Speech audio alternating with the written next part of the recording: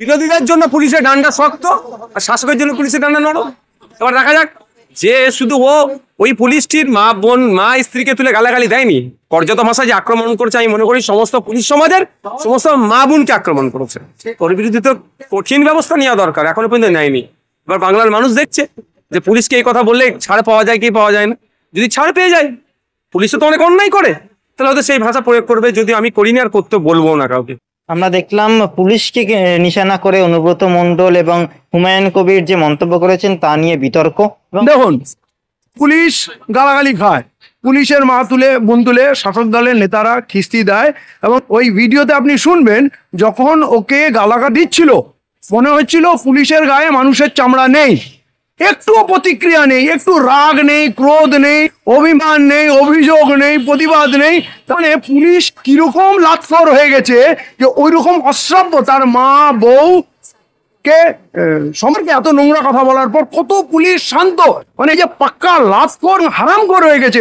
কোনো মানুষ যদি হারাম না খায়, তার যদি ব্যক্তির সত্তা জেগে থাকে, তার মধ্যে যদি ব্যক্তিত্ব থাকে এবং পুলিশের ওয়ার্দির যদি সম্মান থাকতো, তাহলে টেনে হিচড়ে অনুব্রতকে এনে লক আপ করে দিত।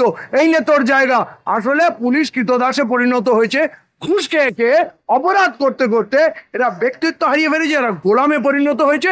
একটা ভিডিও হয়তো আপনার সামনে বা একটা ভয়েস রেকর্ডিং এসছে, কিন্তু পুরো রাজ্যের পুলিশের চেহারাটা কিন্তু এরকমই। রাজনৈতিক অরাজনৈতিক সমস্ত দলকেই ডেকেছি এবং এইখানে দেখবেন কোনো দল বিশেষের নাম ধরে ইন্ট্রোডাকশনও দেওয়া হয়নি, সাধারণভাবে তাদেরকে করা হয়েছে। তারা হয়তো বিভিন্ন দল করেন, কিন্তু এখন প্রত্যেকের একটাই চিন্তা, দেশ যে ভয়ঙ্কর পরিস্থিতি দিয়ে যাচ্ছে, মানুষের সুরক্ষা নেই, মানুষকে জ্যান্ত মানুষকে পিটিয়ে পিটিয়ে কুপিয়ে কুপিয়ে ঝুলিয়ে মানে হরেক রকমভাবে কত রকমভাবে হত্যা করা যায় সেইটা দেখছি। এইটা খুব ভালো লক্ষণ না, মানুষ খুব আতঙ্কিত, দম বন্ধ করা একটা পরিবেশ, সেইটা কাউন্টার দিতে এবারে সবাইকে নামতে হবে। আর বসে বসে এটা সহ্য করা যায় না, মানুষ খুব চিন্তিত, কেউ কিছু বলছে না কেন। তাই এটা উদ্যোগ নেওয়া হলো, সবাই সাড়া দিয়েছে, এসছে এবং এত বড় প্রোগ্রাম হয়েছে। আপনি তো তৃণমূল যা দুর্নীতি जो চলছে আপনি তো জানেন कि 26,000 মানুষের চাকরি হারিয়ে গেছে, আপনি তো এটাই জানেন না। आपको पता है यहाँ पे जो यहाँ पे करप्शन चल रहा है तृणमूल कांग्रेस का, और सेंटर में जो सांप्रदायिकता का जो राजनीति चल रहा है, तो दोनों के खिलाफ हमें आवाज उठानी। তৃণমূল কংগ্রেসও আমরা দেখেছি বারংবার সংবিধান বাঁচানোর কথা বলে, তারা বলে যে দেশ বাঁচাও সংবিধান বাঁচাও, মোদি হটাও দেশ বাঁচাও, এই স্লোগান তো তৃণমূল কংগ্রেসও নেয়। মমতা বন্দ্যোপাধ্যায় বলেন দেশ বাঁচাও সংবিধান বাঁচাও, তাহলে ওয়াকফ আইন নিয়ে যখন বিভিন্ন সংগঠন প্রতিবাদে নামছে, কেন তিনি হুমকি দিচ্ছেন যে বাংলার বুকে আন্দোলন করা যাবে না? সংবিধান কি আমাকে অনুমতি দেয়নি? তার মানে উনি সংবিধান মানেন না। বিজেপি যতটাই ফ্যাসিস্ট, উনিও ততটাই ফ্যাসিস্ট। তৃণমূল হচ্ছে হাতির দাঁতের মতো, একটা দেখানোর একটা খাওয়ানোর। তৃণমূলের দ্বারাই তো এখানে সংবিধান আক্রান্ত।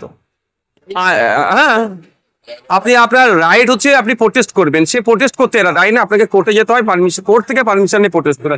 ওরা আবার কি সংবিধান বাঁচাবে? ওরা মানুষের অধিকার বাঁচাতে পারবেন? আবাস যোজনা গরিব মানুষের বাড়ি থেকে ওরা, যেটা সংবিধানের রাইট, আমার হচ্ছে বসবাসের অধিকার, আমার ফান্ডামেন্টাল রাইট, সেটা পাচ্ছি আমি কোথায়? আমার হেলথ, আমি অসুস্থ, আমাকে চিকিৎসা পরিষেবা প্রদান করতে হবে, এটা আমার ফান্ডামেন্টাল রাইটস। আমাকে এডুকেশন দিতে হবে, এটা আমার ফান্ডামেন্টাল রাইট, হচ্ছে কোথায়? ওরা আবার সংবিধান বাঁচাবে, ওরা দেশ বাঁচাবে।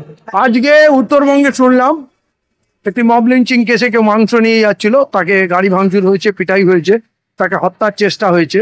এটা বিজেপি RSS এর প্রোগ্রাম। তারা বহুদিন ধরে পশ্চিমবাংলায় চাচ্ছে একটা ক্যাওস তৈরি করতে, উত্তরপ্রদেশের আগুন দিয়ে বাংলায় আগুন লাগাতে। এবং সুকান্ত মজুমদার থেকে অনেকেই বারে বারে আগুন লাগানোর কথা বলেছে, এনকাউন্টারের কথা বলেছে, শুভেন্দু বলেছে মারবো, ঝুলিয়ে মারবো, লম্বা করে দেবো। এরা প্রতিনিয়ত দাঙ্গার কথা, কেউ অর্জুন সিং বলেছে বিহার, ঝাড়খণ্ড, উত্তরপ্রদেশ থেকে লোক এনে একদিনে মুর্শিদাবাদটাকে, মালদা মুর্শিদাবাদকে ফাঁকা করে দেবো। অতএব এটা ওরা করছে, কিন্তু যাকে আমরা 3 বার মুখ্যমন্ত্রী বানিয়েছে, তিনি কি করছেন? তিনি তো এখানকার মানুষের সুরক্ষার কোনো বন্দোবস্ত করছেন না, বরঞ্চ ভিন রাজ্যে যখন বাঙালি মার খাচ্ছে, তার ঘর বুলডোজার মেরে ঘুরিয়ে দেওয়া হচ্ছে, তখন তিনি কিছুই বলেন না। সাংবাদিকরা খোঁচা দিলে বলে যারা মার খাচ্ছে তারা বাংলায় চলে আসুক, এখানে কাজের ব্যবস্থা করে দেবো। তাহলে এটা কেমন কথা হলো? আমি ভারতবর্ষের দিল্লিতে থাকতে পারবো না, আমি কাশ্মীরে পারবো না, গুজরাটে পারবো না, আমি উড়িষ্যা, বিহার এবং কেরালা, তামিলনাড়ুতে থাকতে পারবো না। তাহলে কি এটা আমার ভারতবর্ষ নয়? আমার এই ভারতবর্ষের অধিকার নেই? মুখ্যমন্ত্রী এই কথা বলছে, তার মানে উনি আরএসএস এর কাছে, বিজেপির সামনে উনি অসহায়, ওদের ওই অত্যাচারের বিরুদ্ধে ওনার বলার কোনো ক্ষমতা নেই। তাই এই ধরনের কাপুরুষের মতো আচরণ করছেন, বলছেন বাংলায় ফিরে আসো। বাংলায় যদি কাজ থাকতো তাহলে মানুষ বিদেশে যেতই না, অন্য রাজ্যে যেতই না। এই কথাটা নির্লজ্জের মতো কি করে মুখ্যমন্ত্রী বলতে পারেন? লাখখোর পুলিশ বলছেন তাই? একেবারে লাতখোর পুলিশ। আপনার তো পুলিশ ডিপার্টমেন্টে রিভল্ট হয়ে যাওয়ার কথা। পুলিশকে যে ভাষায় গালাগালি দিয়েছে, আপনি বলুন তো এই ব্যাপারটা নিয়ে আর কোন পুলিশ অফিসার, কোন এসপি, কোন ডিআইজি এইটা নিয়ে কথা বলেছে? পুলিশ মন্ত্রী কথা বলেছে? কিছু বলেছি তো? বলেনি তো। এরা লাতখোর, এটা প্রমাণ হচ্ছে যে এরা এই লাত খেতে অভ্যস্ত, গালাগালি খেতে অভ্যস্ত। অতএব এরা প্রতিক্রিয়া জানানোর ক্ষমতাটুকু হারিয়ে ফেলেছে। এই লড়াই আপনি জানেন কেবল দেশের বাঁচানোর জন্য লড়াই চলছে। আপনি যা অবস্থা, আপনি যা দেখছেন পুরো ভারতবর্ষে ফ্যাসিজম, একটু ফ্যাসিজম তৈরি হয়ে যাচ্ছে। স্টুডেंटরা अरेस्ट हो जाते हैं। अभी प्रोफेसर महबूबाबाद उनका अरेस्ट हो गया।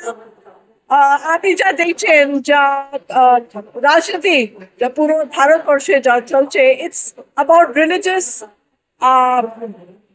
ইন্ডক্ট্রিনাইজেশন। কোনো মানবতা, কোনো লড়াই নয়। there's nothing about people's issues, there's nothing about farmers, there's nothing about students। পুরো সময় তো হিন্দু মুসলিম তো এটাই রাজনীতি চলছে।